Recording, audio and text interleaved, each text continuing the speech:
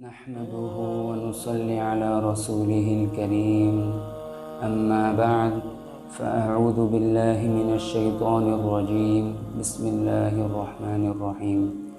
میرے محترم بھائیو بہنوں، السلام علیکم ورحمۃ اللہ وبرکاتہ۔ آج کا ہمارا موضوع صدقے کی برکت کا ہے کہ صدقے کی کیا کیا برکات ہیں اور کیا کیا فائدے ہیں۔ چنانچہ حدیث شریف میں آتا ہے، وعن انس بن مالک رضی اللہ عنہ قال قال رسول اللہ صلی اللہ علیہ وسلم ان الصدقة لتطفئ غضب الرب وتدفع میتۃ السوء، رواہ الترمذی۔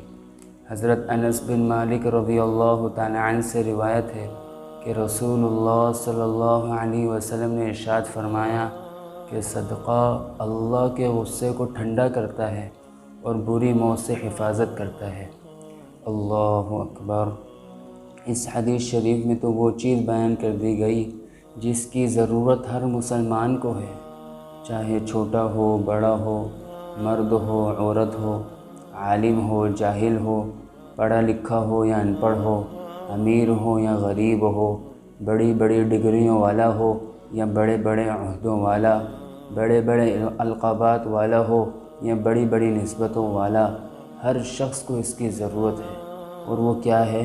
خاتمہ بالخیر۔ کیونکہ حدیث شریف میں آتا ہے انما الاعمال بالخواتیم، کہ تمہارے تمام اعمالوں کا دار و مدار وہ خاتمے پر ہے۔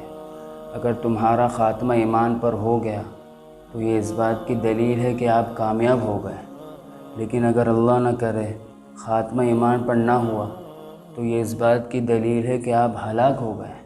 اب عذاب شدید، عذاب علیم، عذاب عظیم اور ذلت و رسوائی کے سوا کچھ نہیں، اور انسان کا خاتمہ اس کی دنیاوی زندگی پر موقوف ہے۔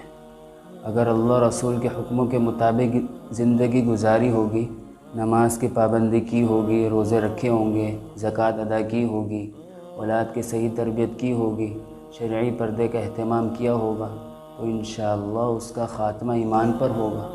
لیکن اگر اپنی خواہشات کے تابع ہو کر زندگی گزاری ہوئی، فلمیں ڈرامے دیکھ رہے ہیں، ناچ گانے دیکھ رہے ہیں، ارطغرل دیکھ رہے ہیں، اپنی بیوی بچیوں کو بے پردہ گھما پھرا رہے ہیں، علماؤں پہ اعتراضات کر رہے ہیں، علماؤں پہ انگلیاں اٹھا رہے ہیں، علماؤں کی غیبتیں کر رہے ہیں، علماء کو الٹے سیدھے مشورے دے رہے ہیں، تو پھر فقہاء نے لکھا ہے کہ ہم نے ایسے لوگوں کا خاتمہ ایمان پر ہوتے نہیں دیکھا۔ اللہم احفظنا منہم الامان والحفیظ۔ اس لیے میرے بھائیوں بہنوں، سب سے پہلے تو ہمیں اپنے اعمالوں کی فکر کرنی چاہیے۔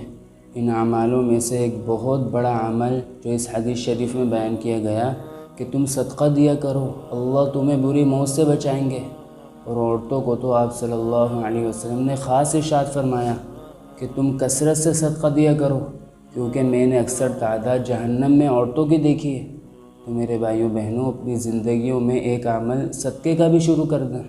آج سے ہی نیت کر لیں کہ ہم روزانہ انشاءاللہ کچھ نہ کچھ صدقہ اللہ کی راہ میں ضرور دیں گے، تو انشاءاللہ اللہ اس کی برکت سے بری موت سے بھی بچائیں گے، اور آنے والی جتنی مصیبتیں ہیں اللہ ان سب کو صدقے کی برکت سے دور کر دیں گے۔ پھر ہمارے گھروں میں چوریاں نہیں ہوں گی، ہمارے مالوں میں نقصان نہیں ہوگا، ہمارے مولوں میں پھر آگ نہیں لگے گی۔ تو اس لیے صدقہ خوب کثرت سے دیں۔ ہم جتنا صدقہ بڑھائیں گے اللہ اتنی پریشانیاں ختم کریں گے، ہم جتنا صدقہ بڑھائیں گے اللہ اتنی بیماریوں کو ختم کریں گے۔ حدیث شریف میں آتا ہے کہ تم اپنی بیماریوں کو صدقے کے ذریعے سے دور کرو۔ ہم جتنا صدقہ بڑھائیں گے اللہ اتنا ہی ہمارا مال بڑھائیں گے۔ حدیث شریف میں آتا ہے کہ صدقہ مال کو کم نہیں کرتا بلکہ بڑھاتا ہے، تو خوب کثرت سے صدقہ کرو۔ ایک دفعہ حضرت اسماء رضی اللہ تعالی عنہا سے رسول اللہ صلی اللہ علیہ وسلم نے ارشاد فرمایا کہ اے اسماء، تم اپنا مال خوب خرچ کرو اور اس کو گن گن کر نہ دو، ورنہ اللہ تمہیں بھی گن گن کر دیں گے۔ اور اپنا ہاتھ نہ روکو بلکہ خوب خرچ کرو، ورنہ اللہ تم سے بھی اپنا ہاتھ روک لیں گے۔ تو اس لیے میرے بھائیوں بہنوں، اللہ کی راہ میں خوب خرچ کریں۔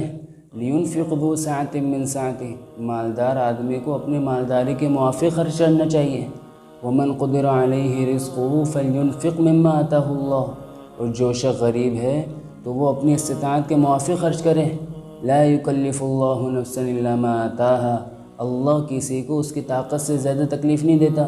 سیجعل اللہ بعد عسر یسرا، اللہ تعالیٰ عن قریب تنگی کے بعد آسانی کر دیں گے۔ تم اللہ کے راستے میں خرچ کرو، اللہ تمہیں غنی کر دیں گے، مالدار کر دیں گے، تم دیتے رہو آتا رہے گا۔ تو میرے بھائیوں بہنوں، خرچ کرنے کی عادت ڈالیں، یہ بہت بڑی نیکی ہے۔ جو جتنا خرچ کرتا ہے اللہ اس کو اتنا ہی اپنے قریب کر لیتے ہیں، اور جو خرچ نہیں کرتا اللہ اس کو اتنا ہی اپنے سے دور کر دیتے ہیں۔ حدیث شریف میں آتا ہے کہ سخی آدمی اللہ کے قریب، جنت کے قریب، لوگوں کے قریب اور جہنم سے دور ہوتا ہے، اور جو بخیل آدمی ہے وہ اللہ سے بھی دور، جنت سے بھی دور، لوگوں سے بھی دور اور جہنم کے قریب ہوتا ہے۔ سخی آدمی اللہ کو بہت پسند ہے اگرچہ فاسق فاجر کیوں نہ ہو، اور بخیل آدمی اللہ کو بہت ناپسند ہے اگرچہ نیک صالح کیوں نہ ہو۔ تو اس لیے میرے بھائیوں بہنوں، اپنے اندر خرچ کرنے کی صفت پیدا کریں۔ آپ خرچ کرنا شروع کر دیں، غربت کا نام و نشان مٹ جائے گا۔ حضرت مولانا الیاس صاحب رحمۃ اللہ علیہ فرمایا کرتے تھے کہ اگر مالدار لوگ 100% زکوٰۃ دینے والے بن جائیں تو 100% غربت ختم ہو جائے۔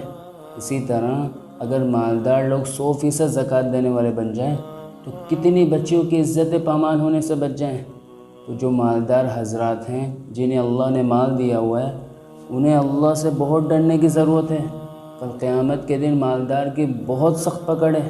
ہمارے استاد ہیں وہ فرماتے ہیں کہ اللہ کسی کو دے کر آزماتے ہیں اور کسی سے لے کر آزماتے ہیں، اور جس کو دے کر آزماتے ہیں نا، یہ زیادہ خطرناک ہے، یہ زیادہ خوفناک ہے۔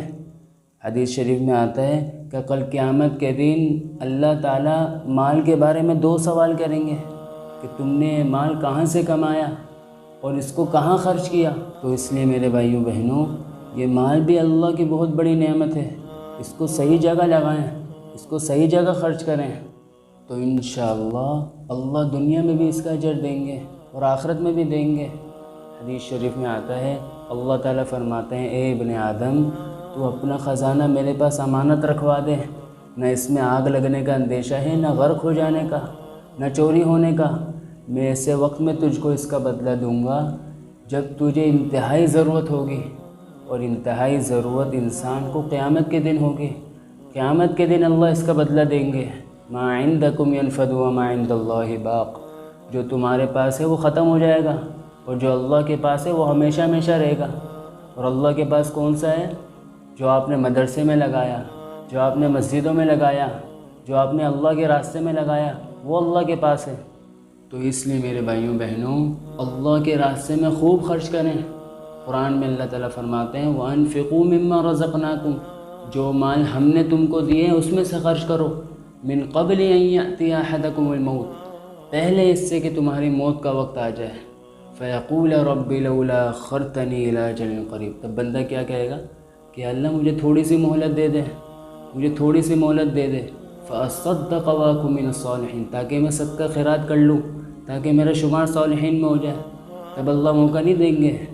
تو اس لیے اس زندگی کو غنیمت جانیں، اس زندگی میں اللہ کو راضی کرنے والے کام کریں، اور اپنے مال کو ایسے مصرف میں لگائیں کہ آپ کے لیے صدقہ جاریہ بنے، آپ کے مرنے کے بعد جو آپ کے لیے صدقہ جاریہ بن جائے۔